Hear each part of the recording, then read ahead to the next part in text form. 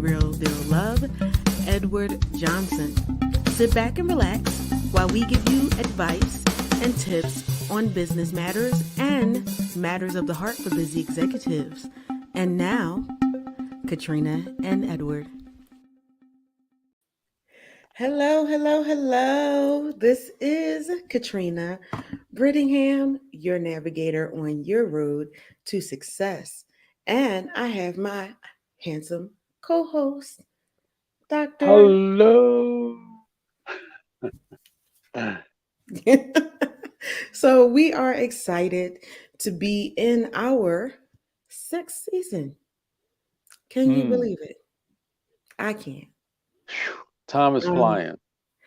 it really does fly. We have grown, we have expanded.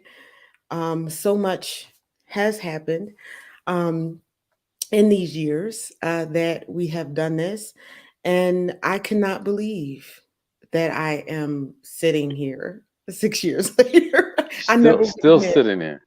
So it's been a Um, total of 6 years. yes. So I just cannot believe it. I am so grateful and blessed to still be here, to still have people who do tune in and give rave reviews. Got rave reviews from the show last week. So I am happy to hear about that. And we are moving on in our destination to help you in your business as an entrepreneur. So we are going to talk about 5 strategies to ensure that you are competitive in a tight marketplace. Hmm. Okay.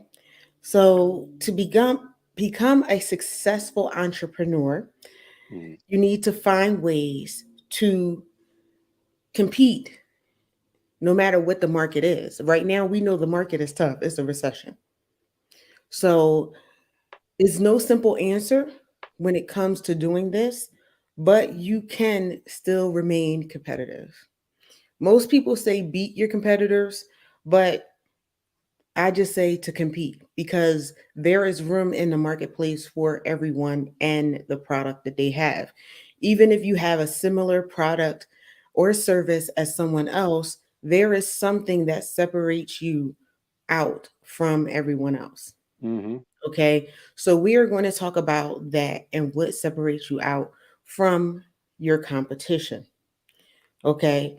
Competition does exist in every market, whether you sell a product, whether you provide a service. Okay. But smart companies put themselves in a position where their competitors do not touch them in what they do. Hmm. Okay. We can look at places like Walmart. You have Walmart, that's a big shop. They do what they do. Then you have Target. They do what they do. They are essentially competitors, but you have some people who will prefer Target and you have some people who will prefer Walmart. Hmm. Okay. So that is the key to it. And they're still growing strong. They're doing what they're doing.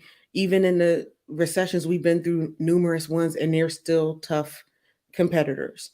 Those that do not set themselves apart or bring in the people that they're supposed to, they'll go away. What comes to mind is Woolworth. Woolworth was huge when I was growing up. They Yes. were the Walmart of the time. They were in big neighborhoods, they were in small neighborhoods. You still in Philly have the Walmart buildings, they're called something else now. That's And right. everything like that. And not even the same company. They're just called something else. But they were not able to stand the test of time Hmm. later. They stood a long time. I think they were around for like 100 years or something like Oh that. man. See, you going But way back, Lord. I'm Walmart. just saying, Hmm. Hmm. Woolworth when I was a kid. Another one that comes to mind is John Wanamaker. They were a staple. My grandmother used to go down on Saturdays, and we went to John Wanamaker Hmm. and everything. But something happened that pushed them out of the market.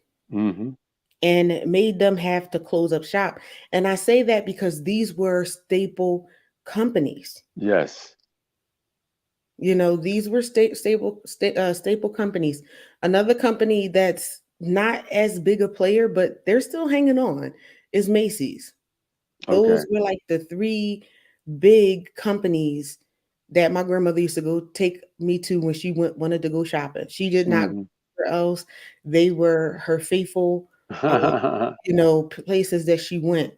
She didn't And go to. She full didn't of like Sears. What about Sears? um, every now and again she would go to Sears, Okay. but I can't say she never. I never went to the store every Saturday to go to Sears with her. Okay. It was either Woolworth. It was because Woolworth had the Roy Rogers, and that's the only reason I remember that because we used to have lunch after she drove me around shopping um, Mhm. with her. Which made it all worth it. Made it all um, worth it. look, I went just because I wanted to go to Roy Rogers. Mhm. That used to be Geno's before it was Roy Rogers. But I went for that piece. I think for real, I was never a shopper. When it came to, I could shop all day. I was never that girl. Mhm. But my grandmother used to drag me around shopping. I liked it because I was with my grandmother, and it was a whole day, and I got to go to Geno's or Roy Rogers or whatever was in that store. Mhm. And I do believe, at least that I remember, it was like the only department store that actually had a restaurant in it. Mhm. So now it's common to have a restaurant or something or a Starbucks or something in a store, but Mhm. that was like uncanny. They had a whole salad bar and everything. But I'm going off a topic there. But I guess that too speaks to brand awareness and having a faithful following to it. And that is what you do to be competitive. That is what you do to set yourself apart. Now these were three different department stores and everything, but they all had their different followings. And my Mhm. grandmother went there faithfully every Saturday as a kid. She would take me down there. That was our little outing. Going downtown and going to these big department stores. And they were like a wonder. It glittered. Like they had floors and everything like that. It was just a spectacular thing to me, which is probably not spectacular now because they have huger stores and Mhm. malls and things like that. But I think this was like really kind of before the whole mall era. Mhm. that It I would was. say. Um, so and Mhm. I was a little kid, so I'm not that old, but I'm old enough to remember You certain remember? things. That's right. That's right.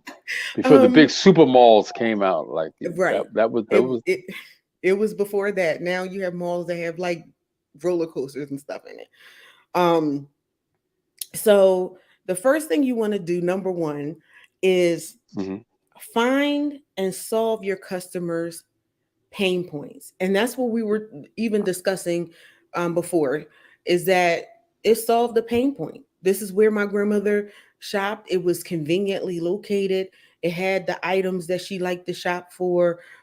She always knew that she would be able to find things. And maybe that's what answered the question about Sears. We didn't go there too often. The only time I saw my grandmother go to Sears was if she was buying an appliance. So I think that was her appliance place. Mhm. So you don't buy appliances every day and everything or every week, but you can pick up a purse or a pair of socks or Mhm. a hat or something. And this is where she went for that. So it answered her pain. She went to church, so she needed to get a church hat. Where are we going? We're going to Woolworths. Um, she needed white gloves, because she was an usher and a missionary. Mhm. Where are we going to go? Okay, we're going to go to John Moneymaker for that. So answering people's pain. Mhm. What is their pain point? Pain is not necessarily a physical pain, it's a need. What is it that your customers need? And can they Mhm. depend on you to get that product or that service and quality service? Because that's one of the things. Like when my grandmother bought things, it's not like today where after a month you can run out and get another one. Like she had stuff that lasted for Mhm. years. Um, so are you giving the quality that makes people come back to you? When people say your business name, what is it synonymous with? Mhm. Okay. So, one likely way to be competitive is to address your shared target audience or target customers better than your competition. That is what set Walmart apart. That is what set Amazon apart, because actually Walmart was the Amazon before there was Amazon, because I used to order myself and have them ship it. Amazon just was better. That's right. That's right. They came out and did the same things, but they did it better Did it better. Same thing, but better. You're right. and everything. So that's how they became the titan that they are. I mean, before Amazon came out, there was no such thing as 2 day shipping, let alone same day shipping. Mhm. And they did it. And they pulled it off over and over and over. It's a game changer. They changed the game. They changed the game totally. And so, how can you do that? How do you set yourself apart to be that game changer? Mhm. The first thing you do, and I do believe Amazon did do this, is ask open ended questions to find out exactly what products and services your people need, and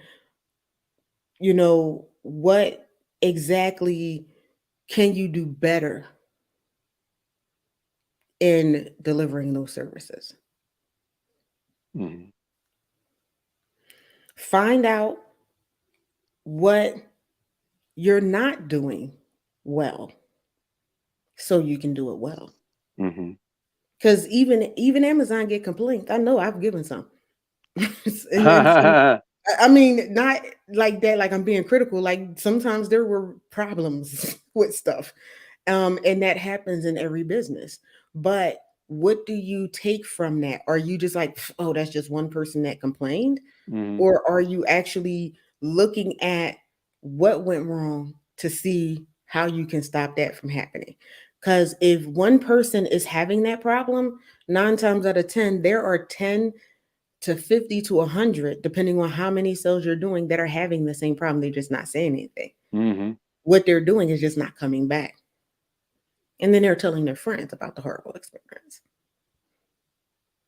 So, what can you do to make sure that you can deliver the service better, whether they had a good experience or whether they had a poor experience? Mhm. If you're dealing with companies and delivering products and services to companies, what is their biggest obstacle to growth? What is your biggest obstacle as a company to growth? What is what is your pain point? Because to figure out what your pain point is in business and fixing that will go a long way. Okay. What is the customer's biggest personal obstacle in receiving your product or service, or the biggest obstacle that makes them need your product or service? Which matters most to your customer? Which task occupies the most time in your business or having your product or service delivered? How can you scale that time back and still deliver quality service? Mhm. What are people's complaints? We talked about that. What are their complaints? What are they having problems with? Is your customer service too cumbersome? Is your funnel too cumbersome for people to get through? Because a lot of times you'll have some people who may go all the way through it, but you have some people who might stop right in the middle of your funnel because it's too complex. These are the things that you need to evaluate. Mhm. Is your website too cumbersome? Can they easily get to the page that they need for the service that they want? Is your shopping cart easy to access on your website? Any links and things that you use, are they still working? What might account for any recent business or customer loss? Because again, some people sell to companies as well as individuals. What accounted for it? What did they say? Maybe you did nothing wrong, but this person had an added service, an added benefit, a different quality of product, a different way of presenting it. Maybe they had a lower price. Some things you may not be able to account for, um, but some things you may be able to adjust. Because the key to business is not just selling one time. And I try to tell this to people, even when people send me a sale or a sales pitch, and I'm letting them know, look, I may not need your service, but I know somebody else. Folk will stop conversations with me. And I'm like, okay, I may not need your service, but I might have 100 people who do. Mm-hmm. You've just lost out on 100 sales Mm-hmm. or prospects or something. Mm-hmm. The immediate sale, that's one person and that's one sale, and then it's done. You're looking for repeat business, repeat clients, referred clients. What's your customer service like? Mm-hmm. And customer service is not just for somebody that you make that one sale to or trying to make that one sale. After you identify a customer's pain points, you can attempt to solve them by discussing their issues using language that the customer uses. If you're not speaking the same language as the customer, they're going to go to someone who does speak their language. Mm-hmm. I always tell people it's not what you say, is how you say it. And are you mindful on the audience that you are speaking to? The way you speak to a senior executive is not the same as you speak to middle management, as you speak to line staff, as you speak to a customer. So you have to be aware of who you're speaking to, especially in the online presence that we are now. You can go on Facebook, the language you use on Facebook may not be the same that you use on LinkedIn. Remember, you're speaking to a different clientele. So that's something that you have to be mindful of. The platform, the type of media that they have on each of the sites. And you have to match your marketing, your language, your commercials, your topics to that audience. Okay. So once you have a clear picture of the issue, the next step is to ascertain or find out who at their company or your company can solve those pain points. So at your company, who is solving those pain points? If they're having issue with customer service, then you might need to have a conversation with the supervisor or manager of customer service and say, look, these are the complaints that I'm having. Have a meeting with them and say, look, we did these surveys. This is what we came up with. We need to come up with a plan and a strategy to adjust some things. And don't be afraid to adjust, because a lot of times people are afraid to adjust, or they have that pride. Well, my customers will, come back, and then that's the end of your business. Mm-hmm. Remember, you're in a business of solving a pain point. Mm-hmm.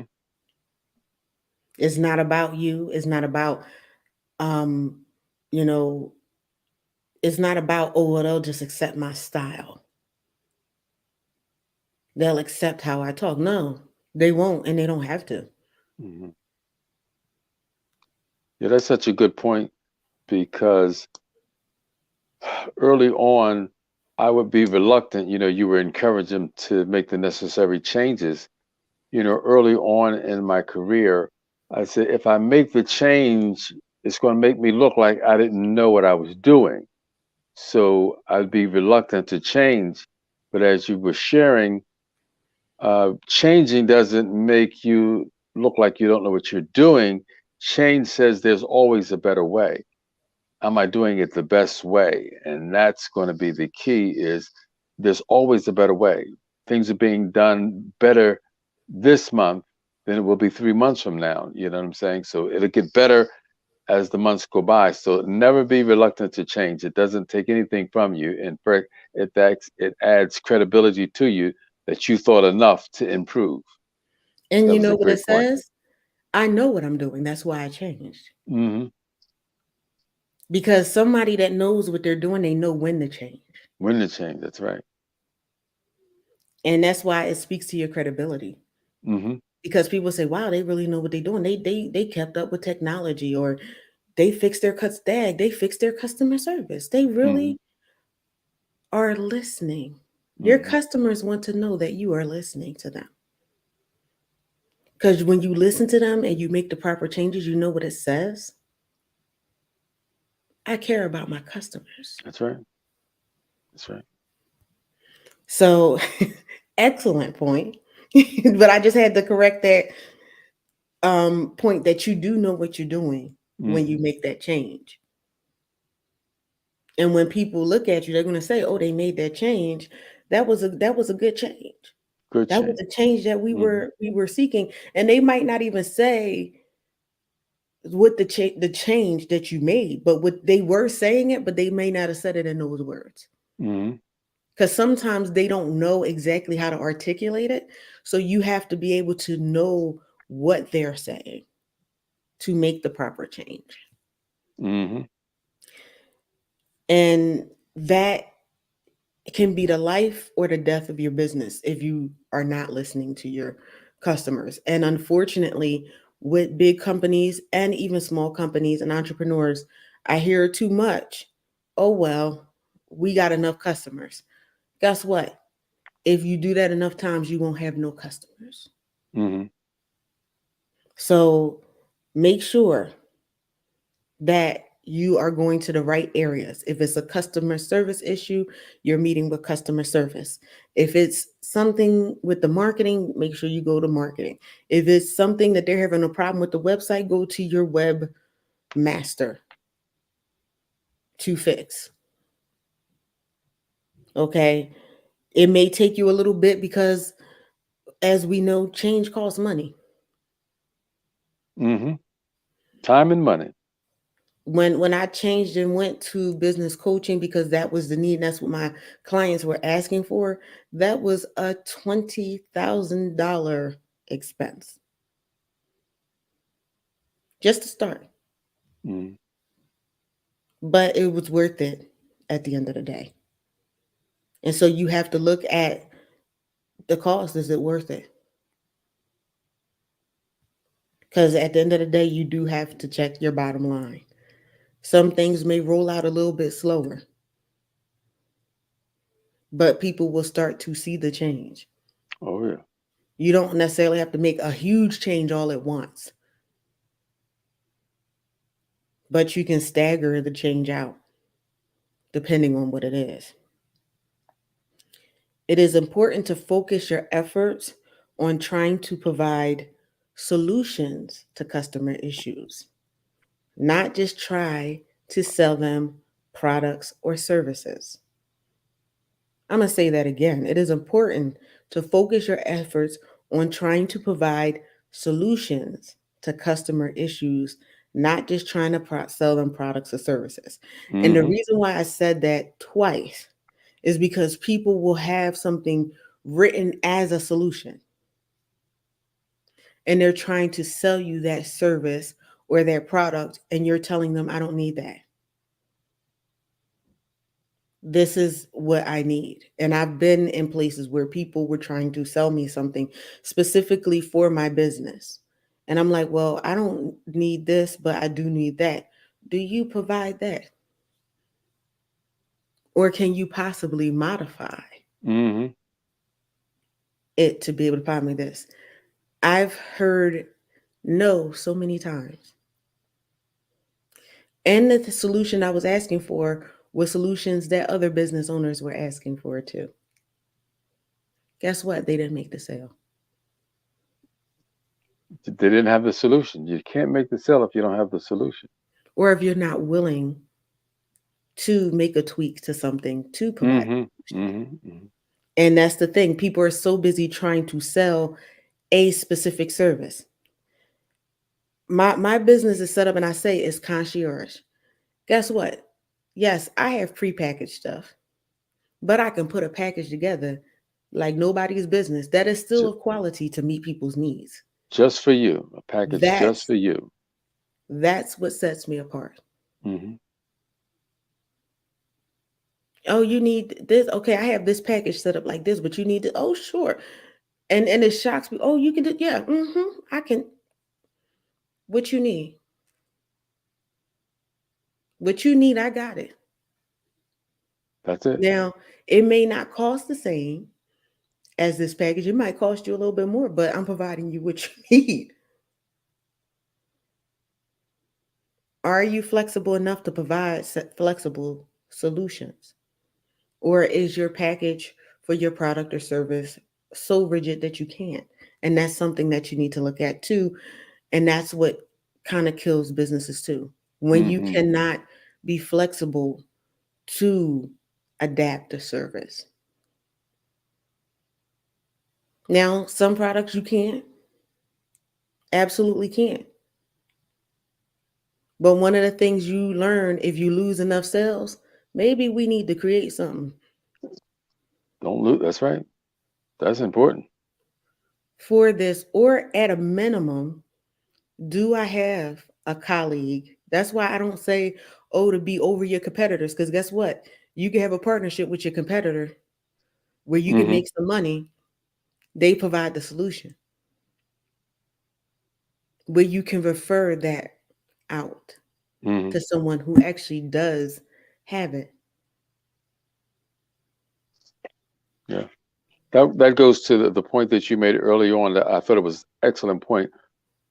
What am I not doing right? See, that will fall into that, not making the Mhm. necessary adjustments. What am I not doing right? You know, Mhm. good point. Mm-hmm. And you can either have a referral or a white label service where you have a partnership. You know, you don't have this, you don't have the desire to do it, Mm-hmm. but you have a partnership with someone who does something similar to you that does it a little bit different and have what they call a white label service. Mm-hmm. Person comes through you because maybe you do have some things that you do provide, but there's one thing you do not. Mm-hmm. So now you partner and contract with another organization that does. Now they're getting the whole package from you, white label, but this other person with this expertise has this expertise and does it well.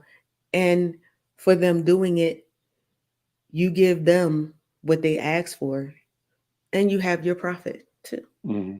So it's a contract. If you want to know how to do it, you can contact me and we can do some coaching for a fee, not for free. Always. It's gonna cost. um, but that's how you can solve your pain points. You don't necessarily have to do everything, and most companies, even large companies, vendor out, but the service is still under their name Mm-hmm. for things that they may not have expertise in. These are things that people are not going to tell you that they do.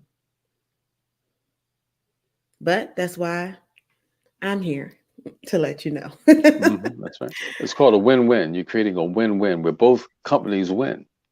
Absolutely. That's exactly what it's called, a win win situation. So actually, it's a win win win because you win, the vendor wins, and so does your customer. Mm-hmm. So all the way around, everyone is winning, everyone's getting what they want, everyone's satisfied. All right, so I cannot believe off of number one, we're already halfway through the Mm-hmm. show. So we are going to go to commercial, but I'm going to let you know what we're going to be discussing. Number two is finding a niche in the marketplace using storytelling and specialization. All right, so we are going to see you after the break. From one-on-one executive coaching to our business building concierge service, Venture Ready helps entrepreneurs, startup executives, and business owners build, scale, and run their businesses using techniques that support stability and long-term growth. Through the Career GPS radio show and High Tea with Me TV program, we promote smart business strategies for the real world. Then, in our one-on-one coaching programs, we help entrepreneurs go beyond the vision board to realize their big vision into a tangible business with a promising future. If you're waiting to feel legit, here's the thing: you have to legitimize yourself. It's time to stop treating your business like a hobby. Get real, it's your career. So let me ask you, are you venture ready?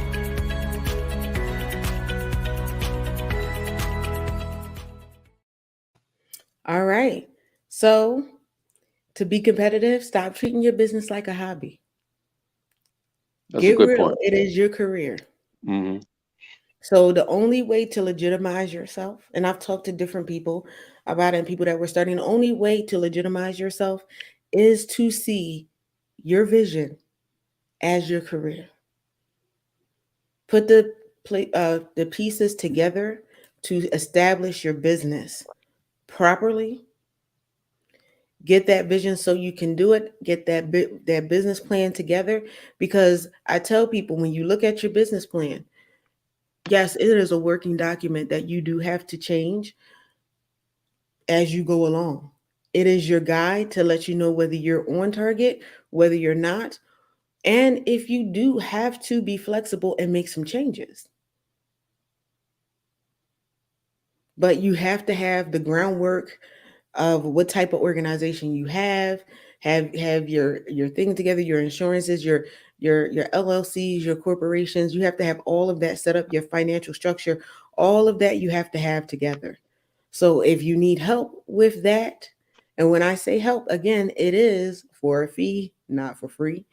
If you want to have that stuff set up by someone who has been in business, someone who has been in corporate, someone who has been in business for over a decade, someone who has made their share of mistakes, have paid their share of stupid tax, which is expenses that you pay that you didn't have to pay or didn't have Mm-hmm. to pay as much, who have been tried and true and have, gone through it, the ups and downs. My business is going through two recessions and a pandemic. Mm-hmm. So I can help you get your business where it needs to be. So reach out to us. There's nothing wrong. Sometimes I find that entrepreneurs are afraid to ask for help or afraid to get the help. Get the help Mm-hmm. so That's you can important. be where you need to be. Mm-hmm. I was in the same place you I but I asked for help. I knew I didn't know everything going into business, even with having a business degree, because guess what? Book knowledge and real life are two different things. Just book knowledge gives you something, gives you a foundation, but there are some things that are not in those books. Mm-hmm. You really need to have someone who has experience. All right. And so that's why I'm here. That's why Dr. Love is here. Experience sitting up in here. I'm not going to put in how many years between us. I'm not. But Many, it's a lot. many. It's a lot. Mm-hmm. um so number two we had is find a niche in the marketplace using storytelling and specialization. Mm-hmm. So it is tempting to visualize, to dream about what it would be like if you had no competition at all. Oh, we all would love that. But guess what? That is not the world that we live in. There is always competition. Even if you think, oh, I'm the first one to think of this idea, guess what? You're not. There's someone else out there, even if it hasn't hit the market, somebody's working on it right now. That's true. Somebody had that bright idea Mm-hmm. already. Okay. So when you build your niche, which is what you tailor down to, okay, this is what I'm providing, this is the audience that I'm going to speak to, this is their age group, this is what they like to do on vacation, all of that stuff goes into building your niche.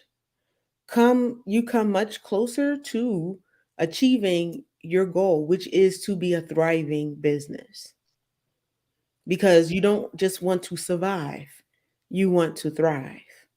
Thrive. Surviving is going from paycheck to paycheck or month to month with your receipts. Thriving is, if someone falls off, I can still survive. If Mm-hmm. I sense that someone is going to fall off, then I already have things in the works to replace them. Because a lot of companies have fell off just because they lost their biggest client. And it may not have been because you provided poor service. That company could have went out of business because you don't know how they're managing their books. You want to be able to grow even in the midst of recession. There are businesses that are growing right now that are getting multi-million dollar contracts in the midst of a recession. Mm-hmm. So you have to think as the visionary, as the entrepreneur, as the head of that business and that company. How do you stay afloat? And yes, things come unexpectedly. The pandemic comes unexpectedly. Natural disasters come unexpectedly. Your largest client going out of business or going to a competitor happens unexpectedly. So, how do you bounce back from those things? Mm-hmm. And how you bounce back. I said how in two different ways. How you bounce back will make a difference of how you survive. I went from having multiple contracts to having none, and I had to adjust. And I'm talking about large contracts with companies, Mm-hmm. or large for me, I'll put it that way. And then I still had to survive. So, year 6 into being in business, I lost my biggest clients. Mm-hmm. Yep. Yeah. That's the key. How do you adapt and overcome Mhm. challenges? Yep. And so, how you do things, how you what is your going to be your strategy? And it's not to say that it's not scary, because I was scared. Mm-hmm. I had put in my retirement, my savings, everything into this business. Mm-hmm. So it was just like, yeah, I have to make this Yes. work. I can't lose it all. I can't lose it all. I have to make this work. And so, how you make it work, that will show you the test of how you are as an entrepreneur, how you adjust and how you make it work. And I still had competition. My competitors may be the ones that picked up my contracts. Mm-hmm. How do you make this work?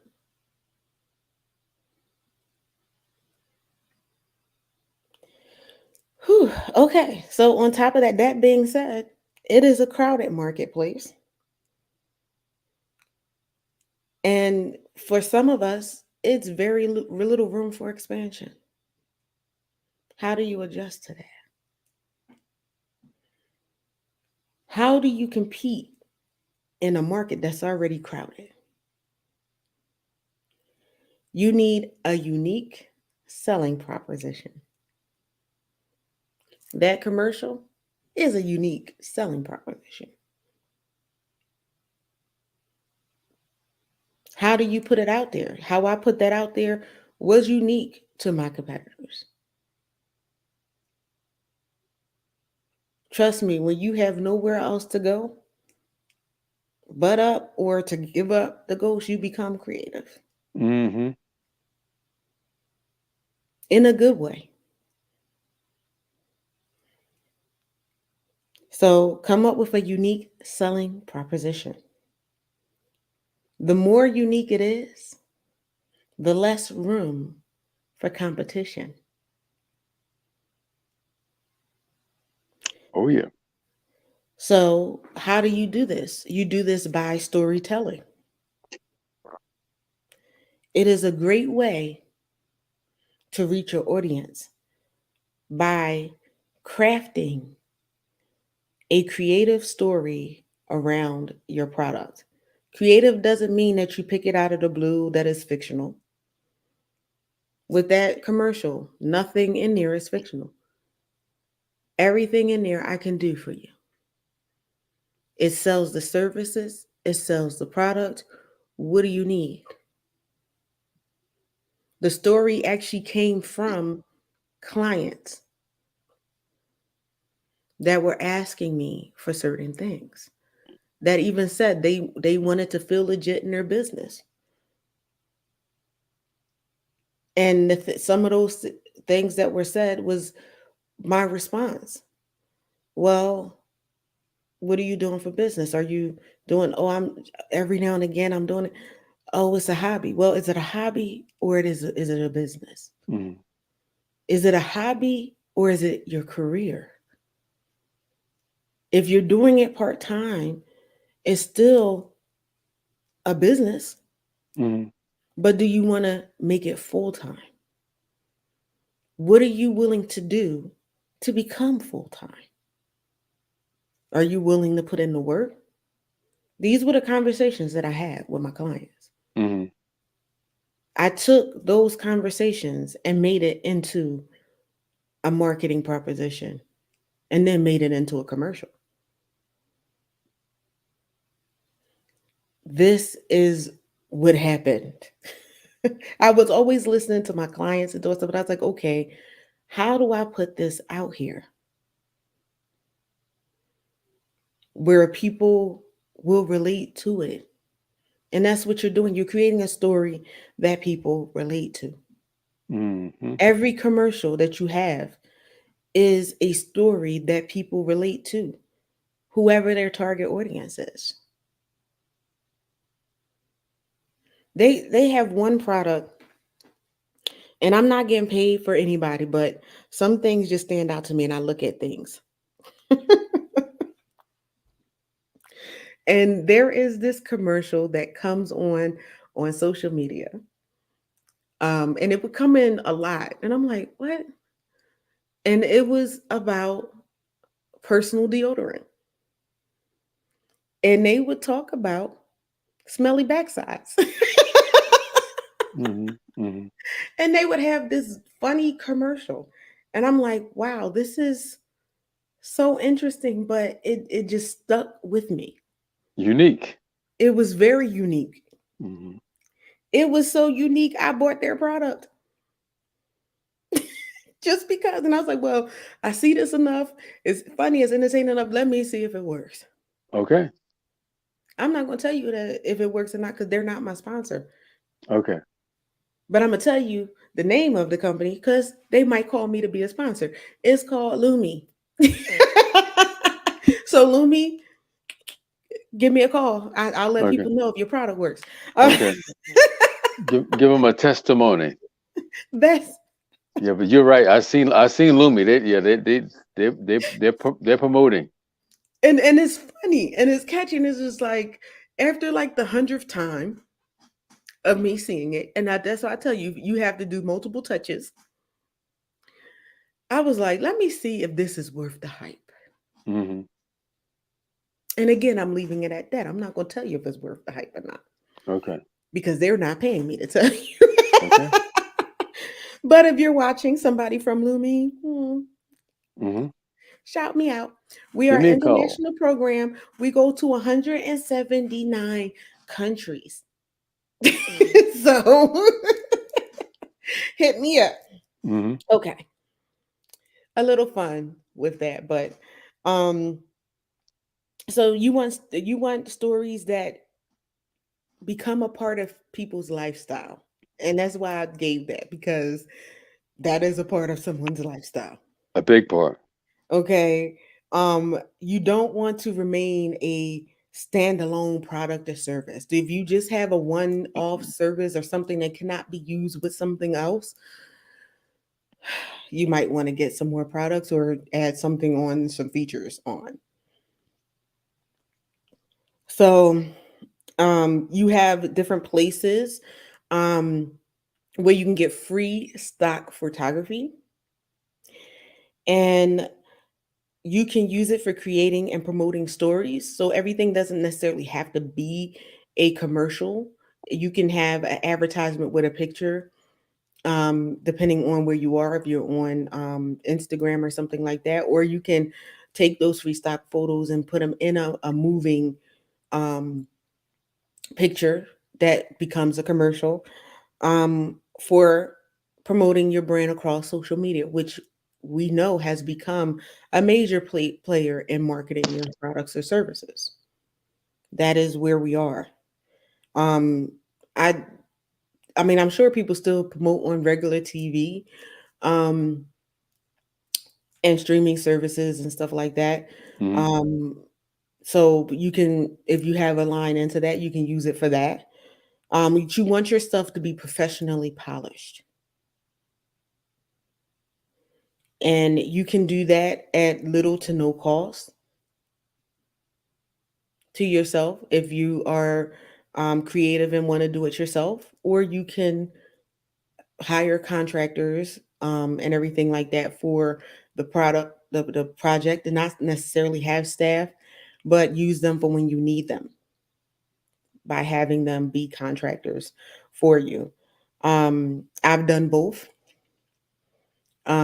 Personally, with everything that I have to do, I do prefer to contract out, but sometimes the budget does not allow for that.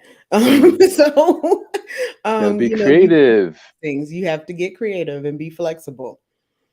Specialization leads to being able to scale your business. Okay, so you have the niche market that is reliable and prospects. I can't speak. Um, are easier to target when you niche out. Okay. You want to be able to have a specialization, like you specialize in something specific.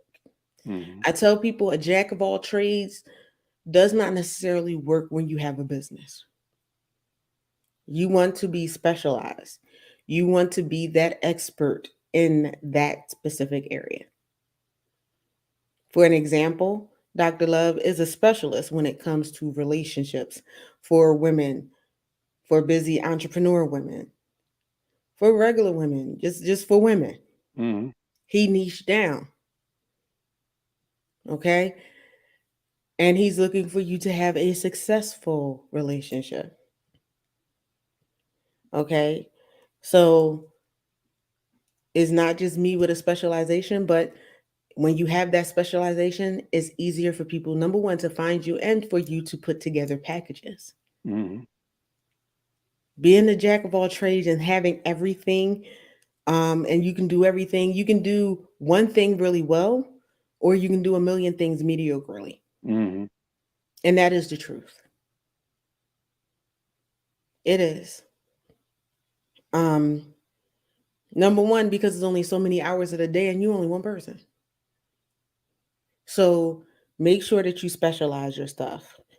Um, Customer retention is better when you specialize.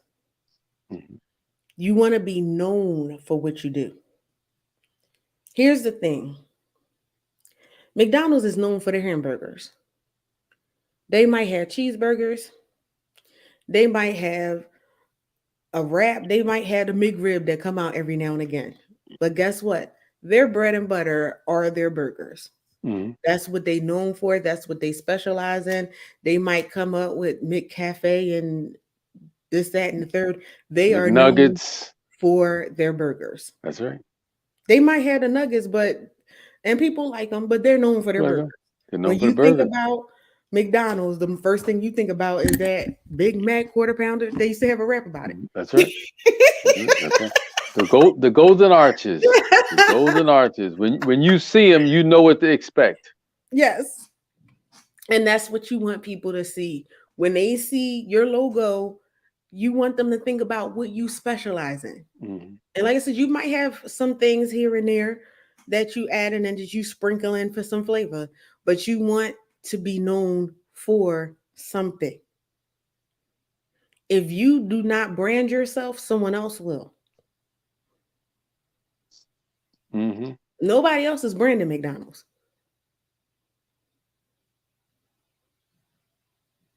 McDonald's has the Hamburglar for a reason because they are known for that. Now, when you go in there, you might see, oh man, they got frappes. I might try a frappe, but you went in there for the burger. It may be their fries. They could be known for their French fries too. But you want to make sure that you have that set. So you have that person's expectation set. You want to start targeting locally relevant platforms, whether your where your blah blah where your target customers are, and adopt a niche marketing strategy for them. Where are they? What do they need? Hmm. Hmm. How do I bring this out and roll this out to the market? What is that strategy that you have? We've already talked about creating a marketing plan and a business plan in other shows, and we may even do it again um, sometime just to refresh people and to keep things fresh because things do kind of change. And have included examples to apply to your business. What are you going to do with your business?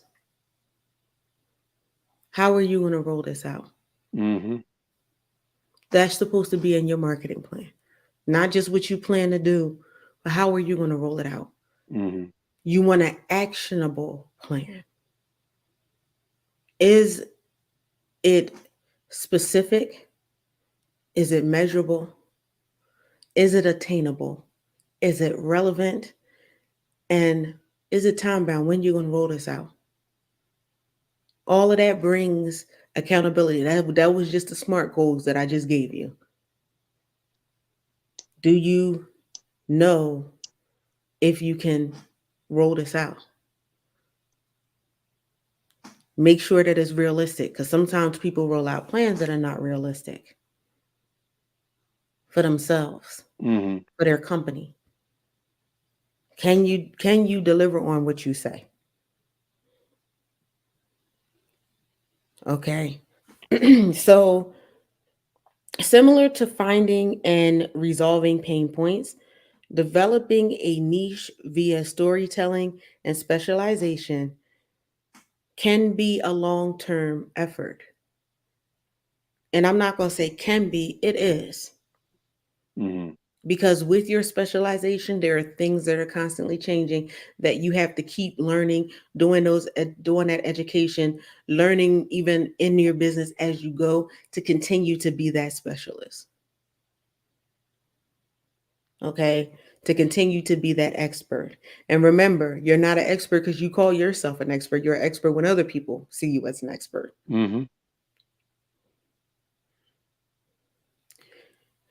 You may take several weeks, even maybe a couple months to devise your story and then regularly turn this story, hear me say regularly, turn this story into blog posts, email marketing campaigns, if you do email marketing, social media campaigns, if you are doing TV commercials, radio commercials, turning it into that and churning it, putting it in a language for your customers, adapting it for the platforms. If you're going to be a guest spot on a television show, guess what? You have to take that niche marketing and turn that over so you can present that on a TV show. Many times I have asked people to give me a 30-second snippet so I can introduce them, to tell them about what they do. I've gotten 10 pages and I've Mm-hmm. sent that 10 pages back and Mm-hmm. said, look, I need 30 seconds. Yes. The If elevator pitch. if you can't give me 30 seconds, I Mm-hmm. will develop something that's 30 seconds. It may not be your vision, but I will come up with 30 seconds. Mm-hmm. Again, you don't want somebody else to market you. So you need to have that. When you do a commercial, it's a minute and a half or half a minute, like a minute or half a minute. How do you scale that down to tell a story? Even TV commercials are 30 seconds apiece. When they say we'll be back in 2 minutes, there are 4 commercials playing. How do you scale that to tell a story in 30 seconds? That is the specialization. That is the storytelling piece of it. Because people want to know quick. Their attention span is not going to take you the whole 2 minutes over the commercials. And guess what? Folk have other sponsors that they need to put out there. So you have to be able to catch somebody's attention. I have been sitting watching TV, me and my family, and a commercial will come on and be like, Dag, I'm hungry. Mm-hmm. Just from that 30-second commercial. Now, Mm-hmm. mind you, no one was thinking about food. People may have just eaten maybe an hour ago, but that commercial was so tempting. Mm-hmm. Or, Dag, I'm thirsty. Just from It was the trigger. It triggered something. Mm-hmm. just from that commercial, it just made you want to have it. Now I need that. That's my pain point. There have been commercials that made me or members of my family walk out and go to the store to get something to drink or something. There's something to eat. Mm-hmm. That thing that was in that commercial, not just anything. They didn't just go out somewhere. They went to that place. That's how memorable you have to be. Also, when you are specializing, this is a process that could involve you gradually scaling back on products and services that no longer fit your niche. No longer. It could have fit before, but changing markets, changing needs, you may need to scale back. And I have had to do that. There are some things that I've done in the beginning of my business that I don't do now. Some things were small, some things were not so small. But it'll show you exactly where you need to be. And we are only on number 2, and we are at the top of the hour, and I cannot believe it. So we may be doing part 2 of this. We still have 3 more to go, which is set competitive pricing, change your business to stay ahead of the market changes and shifts, and last but certainly not least, provide great customer service. I feel like Mm-hmm. customer service comes up a lot It's it's everything. It's in our everything. conversations, because it is how you service your customers will Mm-hmm. determine if you have customers. That's your bottom line. And it's not even after you've won the customers. You have to win customers and you have to maintain them. So that is all we have. I still cannot believe we only went through two. Time flies when you're having fun. Um, it does. It does. I think because and when I started coming up with this about the being competitive, I have a lot of how to be competitive in a tight market. I have a lot to say about Hmm. that.